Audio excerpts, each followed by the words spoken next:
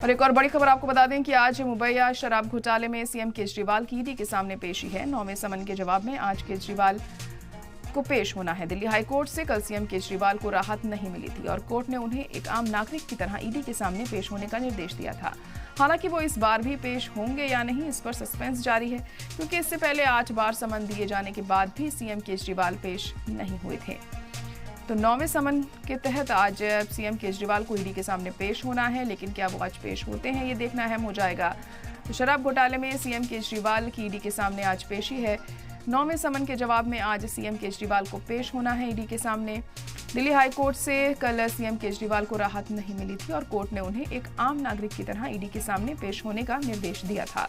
हालांकि वो इस बार भी पेश होंगे या नहीं, इस पर सस्पेंस बरकरार है, क्योंकि इससे पहले 8 बार समन दिए जाने के बाद भी सीएम केजरीवाल पेश नहीं हुए थे। तो 8 बार समन दिया जा चुका है सीएम केजरीवाल को, लेकिन उसके बावजूद भी वो ईडी के सामने पेश नहीं हुए हैं और ये मामला कोर्ट में चल रहा था। लेकिन फिलहाल कोर्ट ने भी किसी तरह की कोई राहत सीएम केजरीवाल को नहीं दी इस मामले में और एक आम नागरिक की तरह उन्हें ईडी के सामने पेश होने के लिए कहा है।